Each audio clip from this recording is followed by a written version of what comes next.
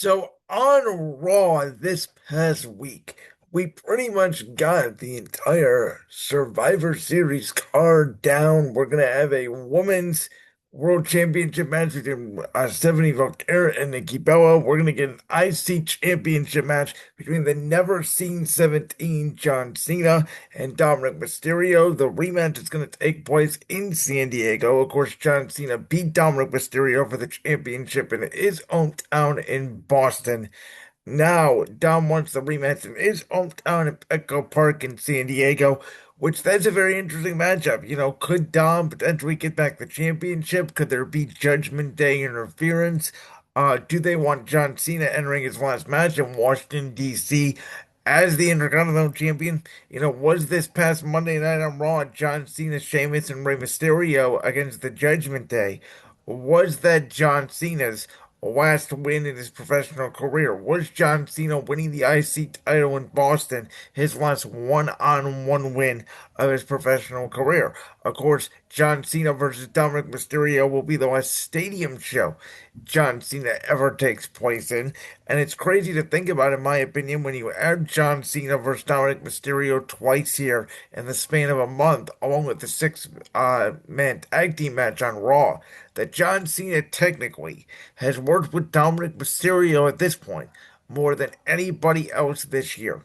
And am I a little bit disappointed that John Cena is defending the Intercontinental Championship instead of going into the War Games cage for the only time he would be eligible to do so in his career?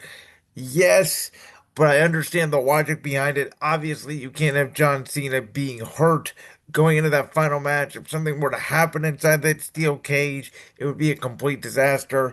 Dom is one of the safest workers in WWE. I think if you wanted to do something, I think if Cena wants to put Dom over in his hometown, there could be a babyface turn there where the Judgment get involved and, Dom pushes them out of the way, or maybe after the match, Rey Mysterio gets involved and Dom attacks Judgment Day to save his father.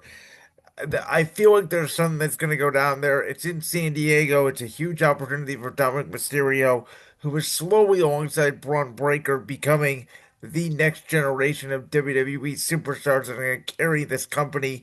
Braun Breaker, I believe, could be a massive babyface or be a massive heel, and I feel the same way about Dom.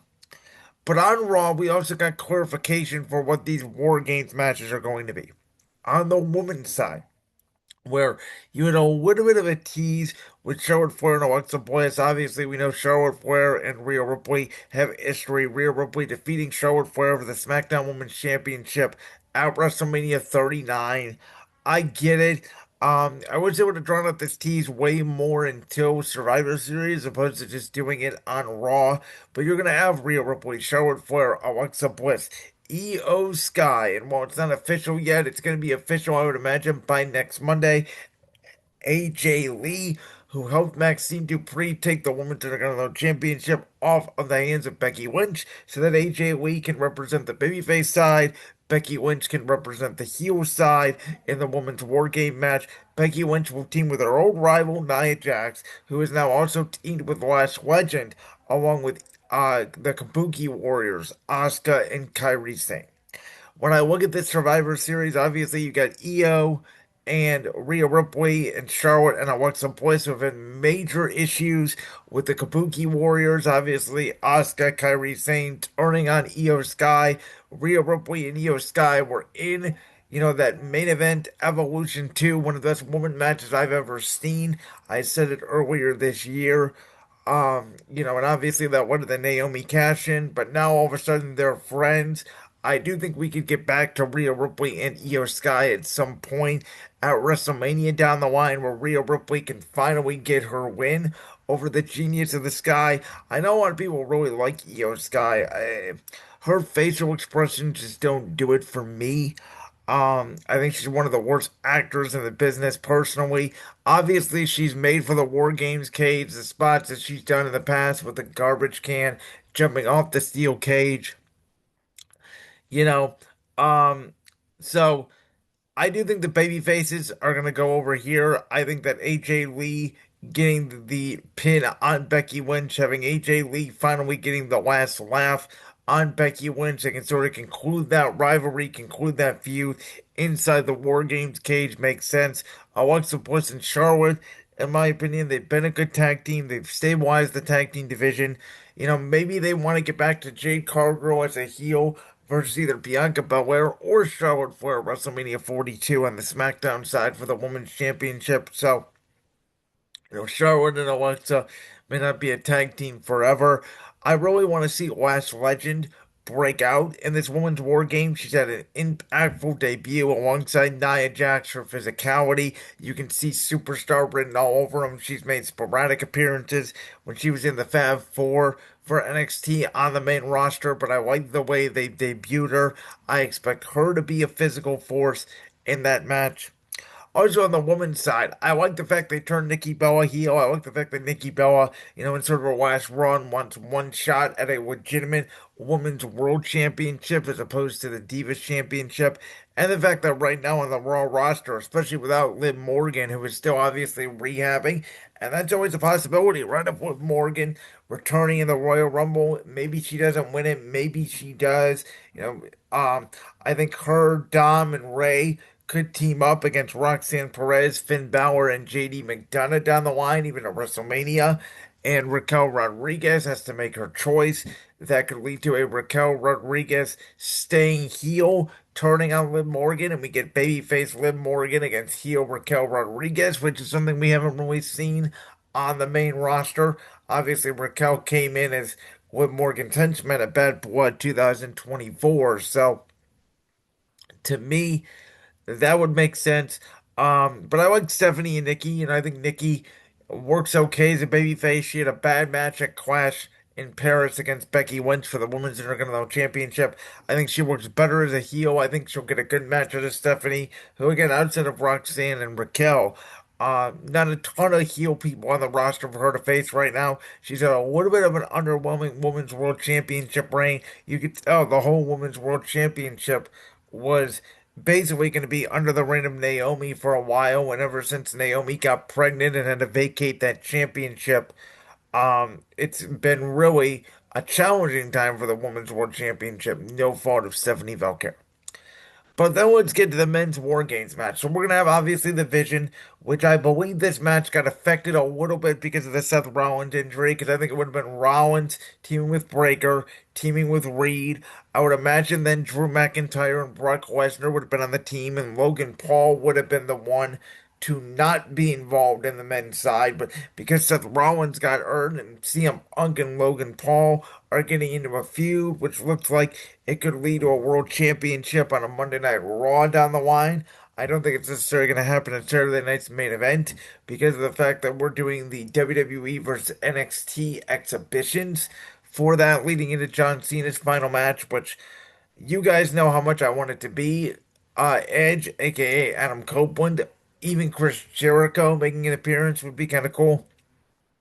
But I do think it's going to be the Ring General Gunther. I think the fact that Sheamus teamed with Cena is a little inkling there that he is not going to win this tournament. But with that in mind, you have the Vision, who have recruited Drew McIntyre. They've recruited Brock Lesnar. We all know Paul Heyman introduced Brock Lesnar as a part of the War Games, or excuse me, as a part of the match at WrestlePalooza against John Cena, setting up that partnership. And the interesting thing I find here on the men's war game side is that CM Punk does not have any friends, right? The Usos, Jey Uso is not friends with CM Punk, but he's in the match because he's battling with the Vision. Jimmy Uso is not in this match because of CM Punk. Jey Uso asked him to be in this match. Cody Rhodes is not in this match to help his friend CM Punk. They're acquaintances. They're not friends. I would say CM Punk or Cody Rhodes and Jey Uso on screen are more buds than Cody Rhodes and CM Punk. But Cody Rhodes is in this thing because Drew McIntyre still wants one last match for the undisputed WWE Championship. And I do think the fact that they put Cody Rhodes against Bronson Reed for the undisputed championship on SmackDown, even though we all knew it was going to be a disqualification to lead to the Drew McIntyre return. I think again, CM Punk, Logan Paul, Cody Rhodes, Drew McIntyre. These are matches on Raw and SmackDown for the World Championship that can make those big belts feel important. When you really have a Survivor Series to January 23rd, Saturday night's main event, slash January 30th, or whatever it is, the Royal Rumble in Saudi Arabia to build to, because the Saturday night's main event, that is John Cena's last match, is just going to be NXT versus WWE. I think you got some time there to build in some TV to really make TV feel important. And then obviously Roman Reigns came back because he's the one guy that can stop the beast incarnate Brock Lesnar, and he still has issues with Braun Breaker and Bronson Reed for the way they took him out, for Bronson Reed stealing his shoes, becoming the trouble thief, and laying him out at Clash in Paris. So we know at WrestleMania 41, Seth Rollins turned on Roman Reigns and CM Punk. Roman Reigns still blames CM Punk for the reason why he lost Paul Heyman, for the reason why he lost the Wise Man, which Roman Reigns believes that is the reason why he is no longer in dominant form. You look at the matches this year for Roman Reigns. It was Tribal Combat with Solo Sikoa on the first Raw on Netflix. It was WrestleMania 41, the triple threat match with Seth Rollins and CM Punk. It was SummerSlam, where he teamed with Jey Uso against Braun Breaker and Bronson Reed. Then it was Clash in Paris, where he had the one-on-one match with Bronson Reed. And that has basically been it. And so for Roman, again, so was the Sikoa Bronson Reed, his two one-on-one matches this year. He's going to be in the War Games cage. I think you could get some tension between Braun Breaker and Brock Lesnar. I think that's a WrestleMania match that could certainly happen down the line for sure. Um, you know, I think that Logan Paul is going to probably get his ass kicked. I think that Drew McIntyre and Cody Rhodes are going to be too personal. But I think you could build something here, right? You have Roman Reigns and Cody Rhodes on the same side, same team ever since Bad Blood 2024. We know what that meant to the individuals like a Kevin Owens, like a Randy Orton, people that are either going to or turn on Cody Rhodes because he decided to team with Roman Reigns on that night against Solo Sikoa and what is now known as the MFTs, formerly known as the Timu Bloodline. So I look at it like this. I think Roman Reigns should win the men's Royal Rumble match in Saudi Arabia. And now the thing is, you have two options, right? You could do Cody Rhodes, which is the match that I think they should do, the trilogy. I think it would be the biggest match you could do. But if CM Punk is the World Champion, you can look at it like Roman Reigns blames CM Punk for the reason why they lost War Games, for the reason why his family doesn't trust him, for the reason why they lost the Wise Man. And Roman Reigns has been successful in the 2022 War Games cage. Remember, that was all about will Sami Zayn join the Kevin Owens team, which included Sheamus and Ridge Holland and the former Butch. And I believe Drew McIntyre as well.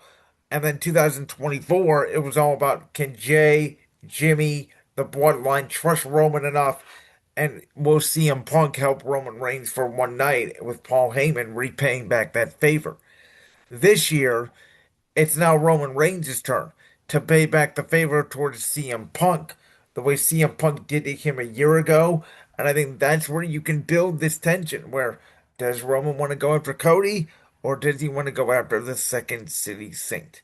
Because I do think there is a scenario here where Jey Uso could take the fall, or Roman Reigns could take the fall. I think that, I don't know if Lesnar's going to get the pin, or I don't know if Braun Breaker could get the pin. We know Drew McIntyre's history with how much he hates all the members of the Bloodline, and that's Solo Sikoa included, by the way, because Solo was the one that screwed him out of the title at Clash in Paris, or Clash at the Castle 2022, excuse me. So, there's just a lot of scenarios here. There's star power everywhere, which I love. And I'm looking forward to Survivor Series. Yes, would I have replaced Jimmy Uso with John Cena on the men's War Games team and created more tension between Jay and Jimmy? Yeah, I would have. But I understand why they're doing it. They're going to put Dominic Mysterio over, I believe. And I don't think they want to risk John Cena getting hurt prior to his last match. Like that clip from the Brand's World podcast? If so, make sure you go down there and hit that subscribe button. While you're down there hitting the subscribe button, make sure to also hit the notification bell so you never miss another upload. And make sure you check out all the other clips from the Brand's World podcast right here on YouTube.